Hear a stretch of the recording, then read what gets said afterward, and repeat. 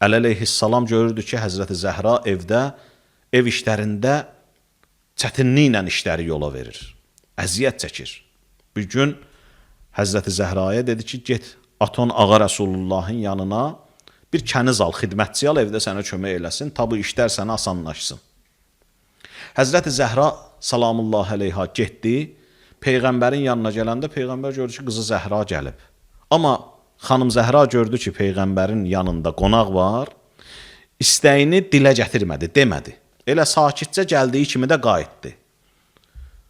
Peyğəmbər baxdı, gördü, elə bir xanım Zəhra bir söz deməyə gəlmişdi, amma demədi, qonağa görə demədi. Peyğəmbər yollandı xanım Zəhranın evinə qonaqdan sonra. Qızım Zəhra, elə bir istəyim vardı, bir istək üçün gəlmişdim mənim yanıma. Əli əleyhissalam dilləndi. Dedi, ya Rasulallah, bəli, sizdən bir şey istəməyə gəlmişdi. Qızım, nə istəməyə gəlmişdin? Əli əleyhissalam buyurur, xidmətçi istəməyə gəlmişdi ki, ev işlərində ona kömək olsun.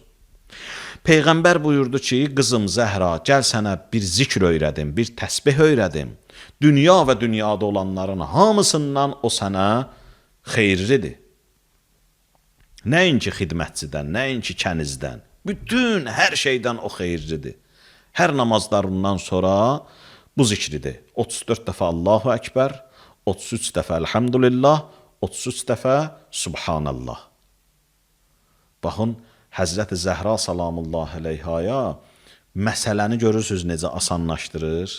Bu hədisi biz çox eşitmişik, amma mövzumuza uyğun bir incə nöqtəyə, mövzumuza uyğun məqama çəkmək istəyirəm diqqətimizi ki, yəni zikirlə, Allahı yad eləməklə məsələlər insana, çətinliklər yavaş-yavaş asanlaşır. Ona görə də Allah buyurur ki, mən sizin üçün asanlıq istəyirəm, çətinlik yox. Əgər birdən fikirləşsən ki, ya Allah, bəs bunlar çətin daxı.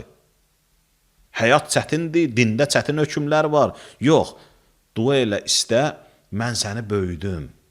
Mən sənə tutumumu artırım, səni asanlaşdırım. İşi yox. Onsuz da elə bir dünyadasan ki, ləqəd xələqnəl insana fi kəbəd. İnsan əzab-əziyyət içində yaradılıb. Elə bir aləmdəsən, elə bir həyatdasan ki, mümkün deyil bu əzab-əziyyətlər, bəlalar, imtihanlar olmasın. Bunlar olacaq.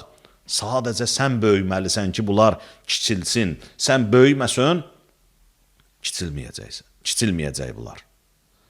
Allah bizim boynumuzdan, kürəyimizdən, çiynimizdən yükü götürmür. Əksinə, yükü qoyur. Allah yükü götür və yaxud da azalt, mən rahatlıyım. Yox, bəndəm, sənin gücünü çoxaldacam. Elə çoxaldacam ki, sən gör nə olacaqsan. Həzrəti Zəhra salamullahi əleyha bu ümmətin anasıdır. Sözlərimi yavaş-yavaş bu cümlələrlə yekunlaşdırıram. Baxın, bir xanım, bir qadın ana olmamışdan qabaq və ana olandan sonra.